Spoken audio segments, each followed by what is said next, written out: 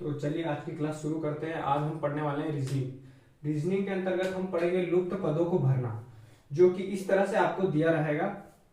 इन लुप्त पदों में हमें लॉजिक लगाकर जोड़, घटाव, गुणा, भाग, वर्गमूल या वर्ग, घन या फिर घनमूल इसके अंदर दिया होता है, जो कि हमें यह ज्ञात करना होता है कि यह किस श्रृंखला के आधार पर, जोड़ का आधार पर यह चल रहा है या फिर घटाव, गुणा या फिर भाग, वर्गमूल आदि के आधार पर। यहाँ पर अगर उदाहरण में अगर हम देखते हैं, उदाहरण में देखे दे रखा है 14।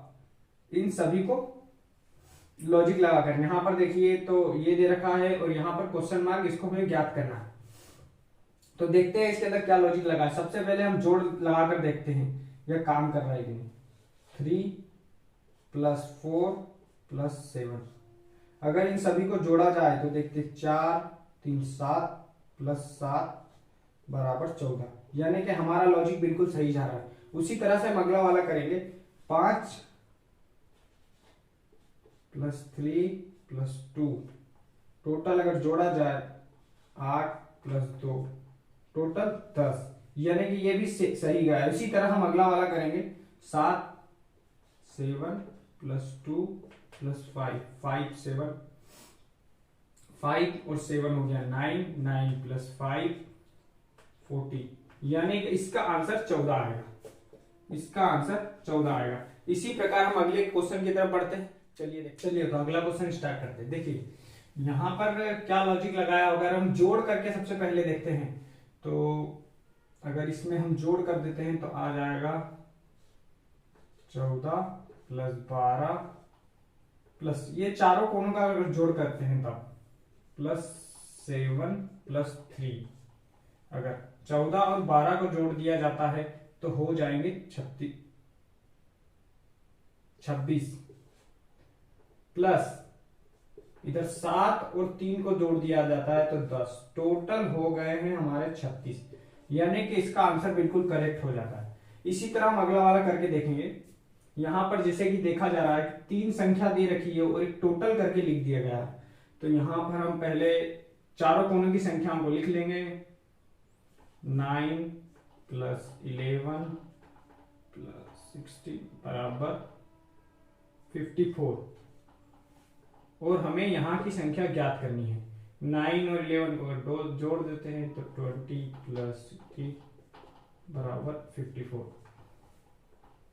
इन दोनों को अगर जोड़ दिया जाए तो टोटल 36, यानी बराबर 54 हो जाते हैं।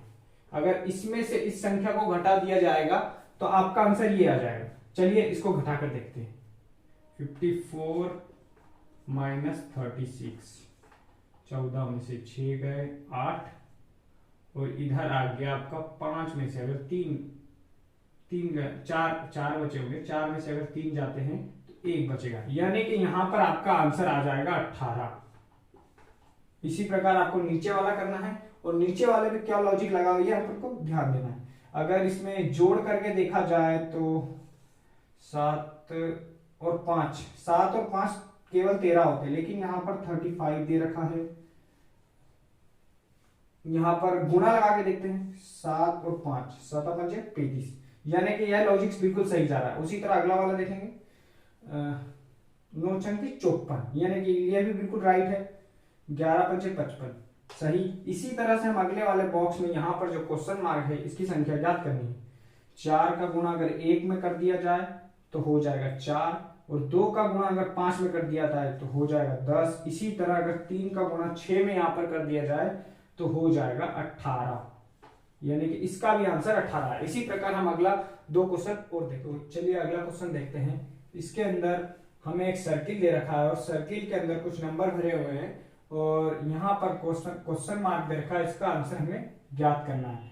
अगर यहाँ पर इस सर्किल टाइप का अगर कभी भी क्वेश्चन आता है तो सबसे पहले इसकी सामने वाली संख्या को देखा जाता है। जैसे 7 के सामने है 49, 9 के सामने है 81 और 25 के सामने हमें ज्ञात करना है कि क्या संख्या आएगी। अगर हम देखें 7 के सामने लिखा हुआ है 49, 9 के सामने लिखा हुआ है 81, और 25, अब हम उसी प्रकार देखेंगे 25, 25 किसका स्क्वायर होता है? यहाँ पर हमें क्वेश्चन मार्क दे रखा है। अगर हमें 25 सभी को लगभग पता होगा 25 5 का स्क्वायर होता है। अगर यहाँ क्वेश्चन मार्क पर 5 आ जाएगा तो इसका हमने सॉल्यूशन कर लिया। अगले वाले क्वेश्चन की ओर देखते हैं। यहाँ पर भी वही हमें लॉजिक अपनाना है, जैसे कि 4 के सामने हमें देखना क्या लिखा हुआ है। 4 के सामने 11 लिखा हुआ है। 6 के सामने क्वेश्चन मार्क है। और 9 के सामने अगर देखा जाए तो 21 है। और यही 7 के सामने 17 है। अगर यहां पर अगर लॉजिक लगाया जाए तो देखें तो अगर 4 का गुणा 2 में कर दिया जाए तो 4 दूनी 8 और +3 यानी कि 11। इस प्रकार इस क्वेश्चन में लॉजिक लगा हुआ है। देखते हैं 6 का तो हमें बाद में ज्ञात करेंगे, सबसे पहले यह देख लेते सही निकलता है कि नहीं। 9 का गुणा अगर 2 में कर दिया जाए तो 18 और +3 कर दिया जाए तो 21। बिल्कुल बिल्कुल सही लॉजिक लगाया जा रहा है यहाँ पर। अब देखते हैं यहाँ पर 7 का। 7 गुणा 2, 7 दूनी 14 और +3 17। देखिए यहाँ पर 7 का गुणा अगर 2 में करके और +3 कर देंगे तो 17 आ जाएगा। उसी प्रकार हम 6 का ज्ञात करेंगे। 6 का गुणा कर दिया जाए 2 में तो 12 हो जाएगा और 12 +3 यानी कि 15। इसका आंसर आएगा 15। और अगले क्वेश्चन का आंसर जो कि मैं दे रहा हूं वो आपको कमेंट बॉक्स में ये इस क्वेश्चन का आंसर आपको कमेंट बॉक्स में कमेंट करना है। इसी प्रकार हम कल की क्लास भी लुप्त पदों को ज्ञात करना सीखेंगे। चलिए आज की क्लास यही खत्म होती है।